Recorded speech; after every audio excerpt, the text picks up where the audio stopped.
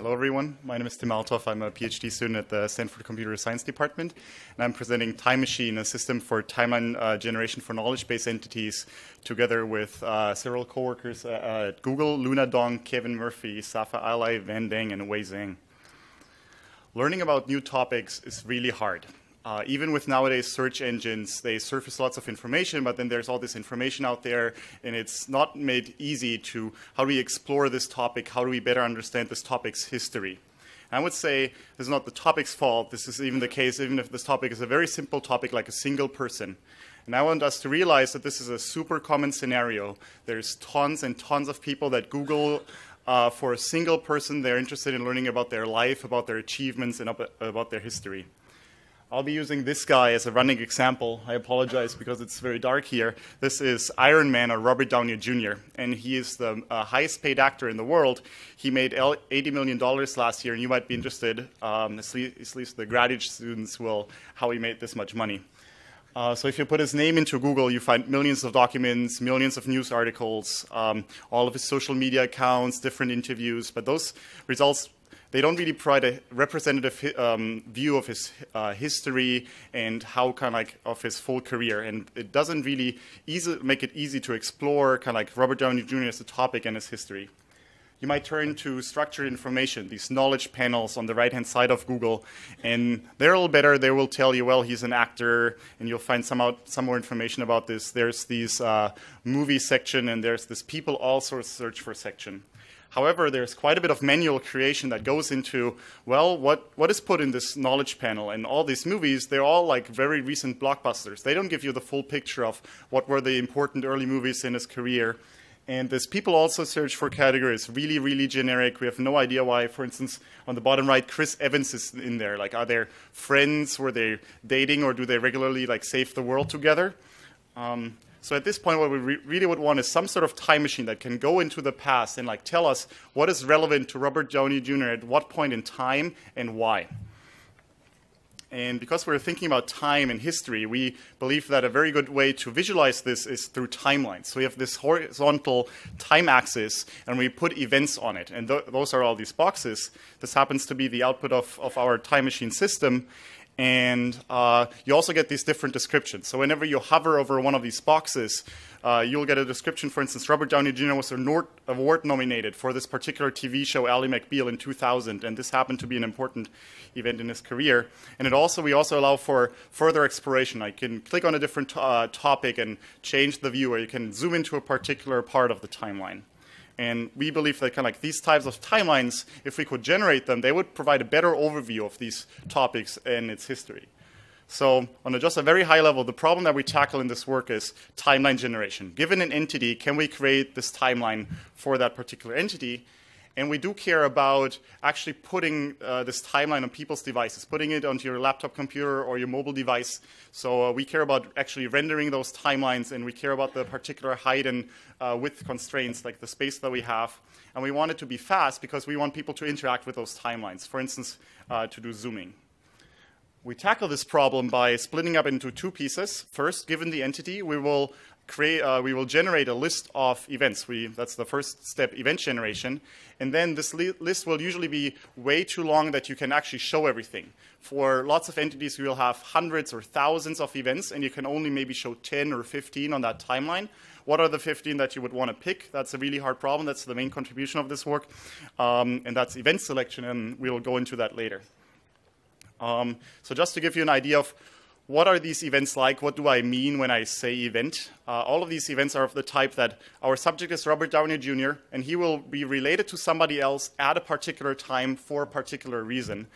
So for instance, he's related to his dad, Robert Downey Sr., not only because he's his dad, but he actually, one of the first movies he starred in was directed by his dad. He happened to be in the same TV show as John Bon Jovi in 2004. He's related to his wife in 2005 because that's when they got married, and so on.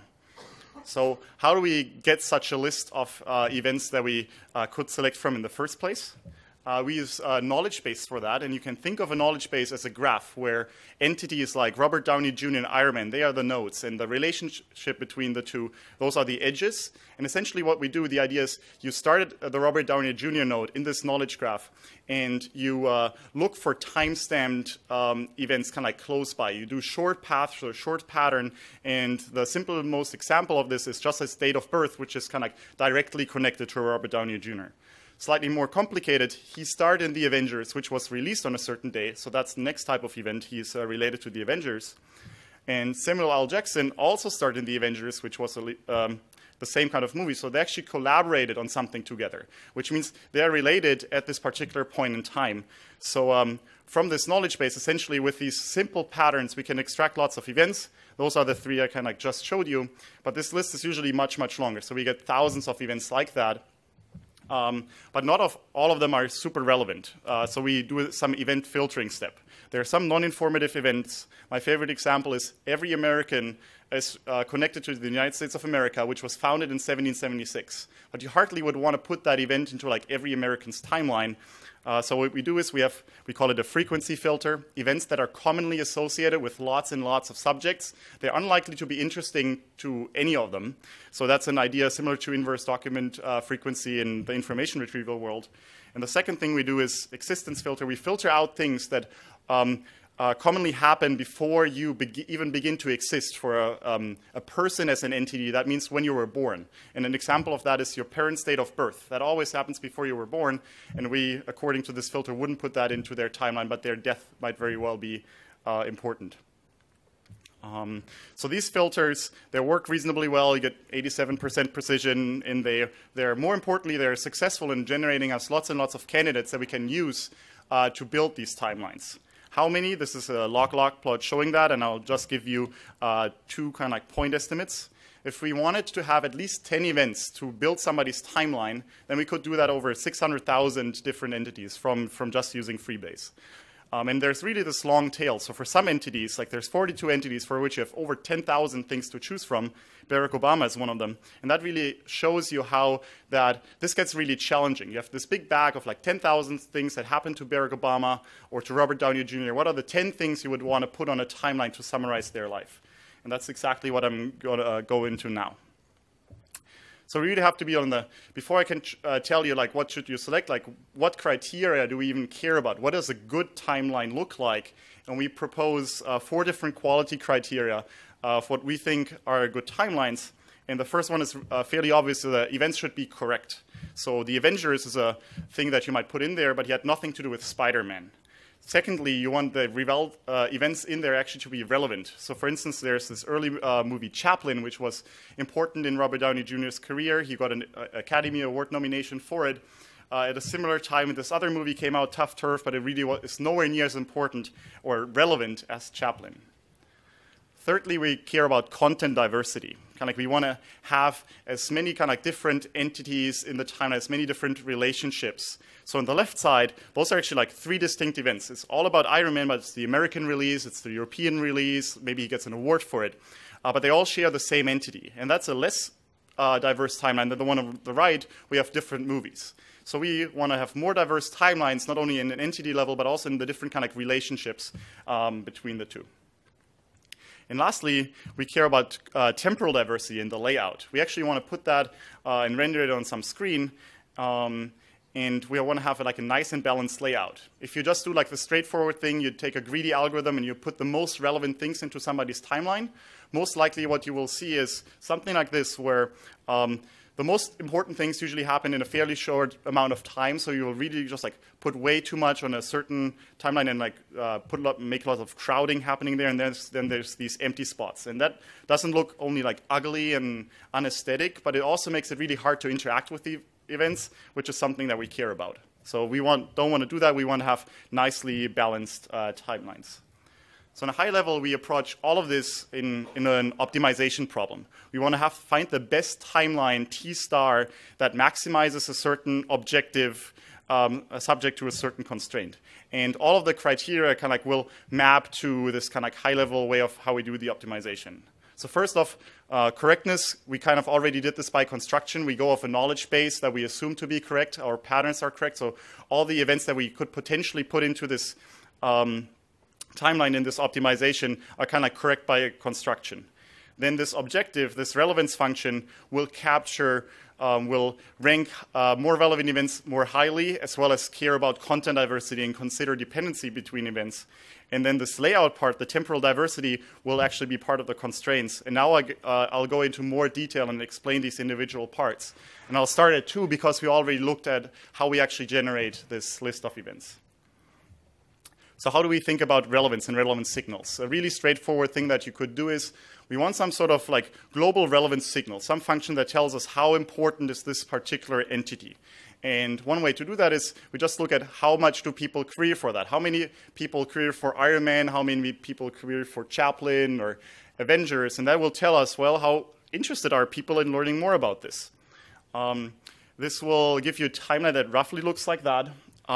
It's a decent timeline. On the right-hand side, you see that popular movies show up. For instance, The Avengers or Iron Man 3, things that you would probably want to see in that timeline. But you also see people pop up like John Bon Jovi. He's a very popular artist. He's globally popular. Lots of people query for him and are interested in. But they're actually not super related to Robert Downey Jr. They happen to be in a TV show together at this point in time. So this timeline is kind of like biased towards really popular and unspecific events. So how do we improve upon like a straightforward way of doing things like that? And we'll use co-occurrences on a web scale. Take this screenshot from marvel.com. I realize that it's hard to read from the back probably. So the things in red is The Avengers, the release date of May 4th, and Robert Downey Jr.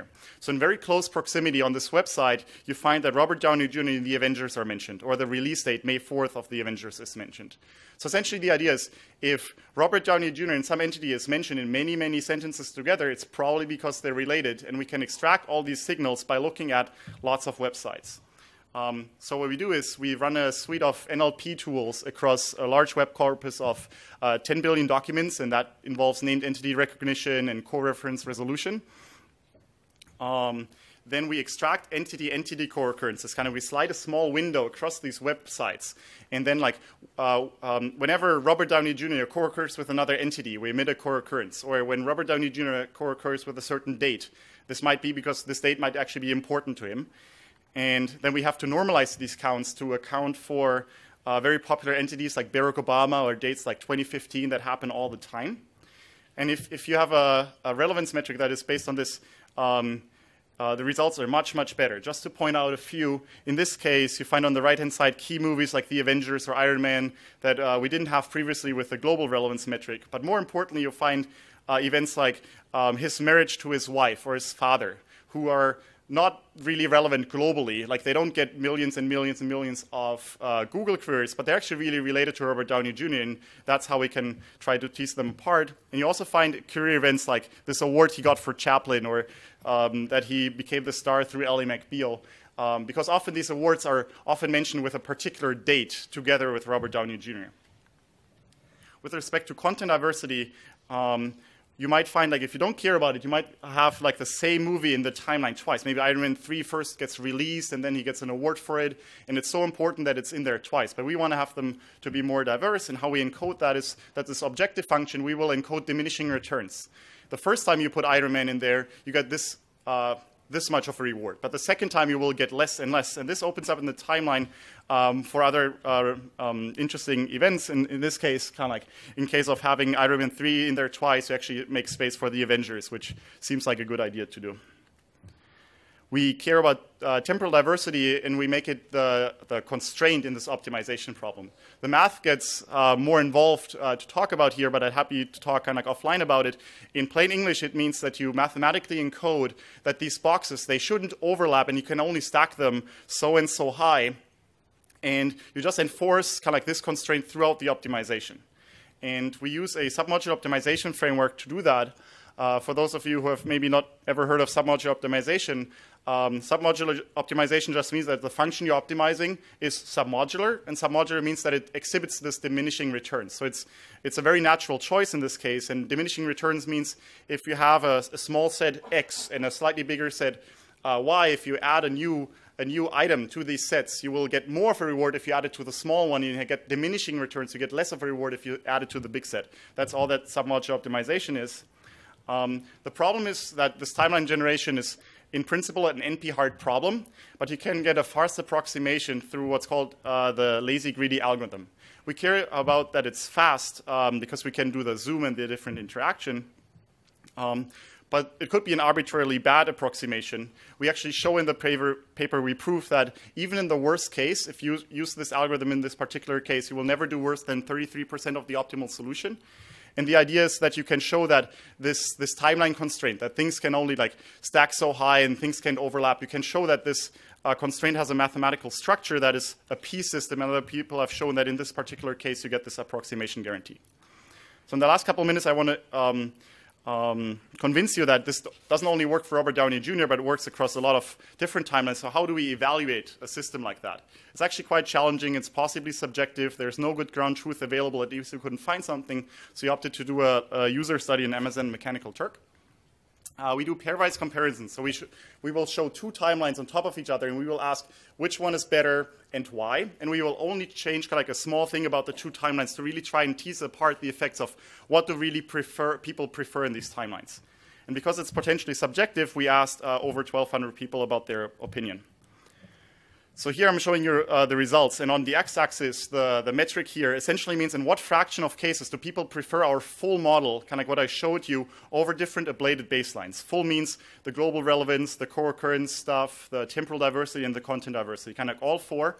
And we'll kind of cross out, we will move like one piece by piece and see how many people prefer it. So the more it's on the right, the people kind of like prefer our system.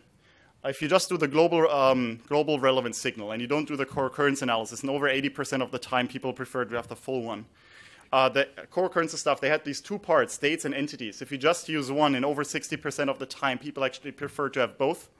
And people have really, really strong opinions on the temporal diversity and the content diversity. And over 80 or 90% of the time, they would prefer the more diverse timelines. So before I summarize, I quickly want to point out some related work. We do timeline summarization that's related to document summarization. People often use submodular optimization for that. Some people have used that in more complicated structures for the maps of information, and there's been some work also at looking at timelines and knowledge bases, but that work hasn't looked at event selection or dependencies between events or has evaluated the quality of the timelines. So in conclusion, I presented this time machine system that can automatically generate timelines for knowledge-based entities. It's based on a submodular optimization framework that jointly optimizes for relevance, for content diversity, and temporal diversity. And we proved that you have near optimal performance there. And we showed through a series of user studies that all of these criteria really matter, that web-based co-occurrence signals significantly improve over this baseline model that just uses global importance. And that also this diversity, temporal and content diversity, are really crucial ingredients in creating good timelines. Thank you very much. You can get in contact with me at the conference or through email or Twitter. We have a demo online that you can check out if you want to play with those timelines, and everything else is also available on my website. Thank you very much. I'd be happy to take any questions if there are any.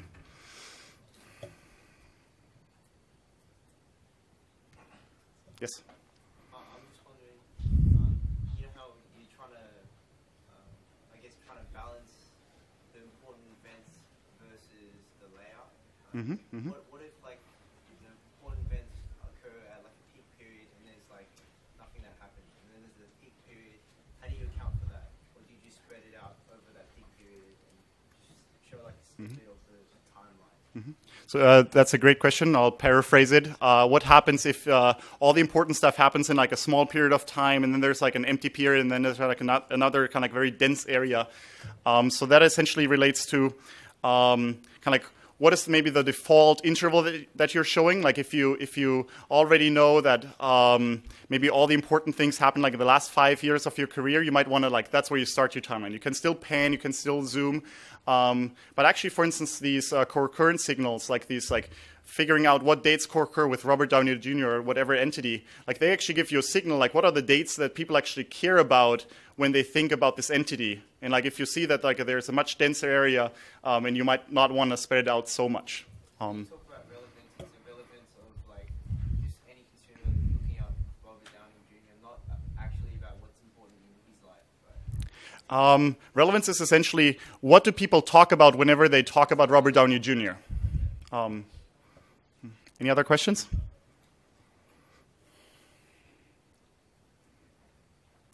All right. Thank you very much.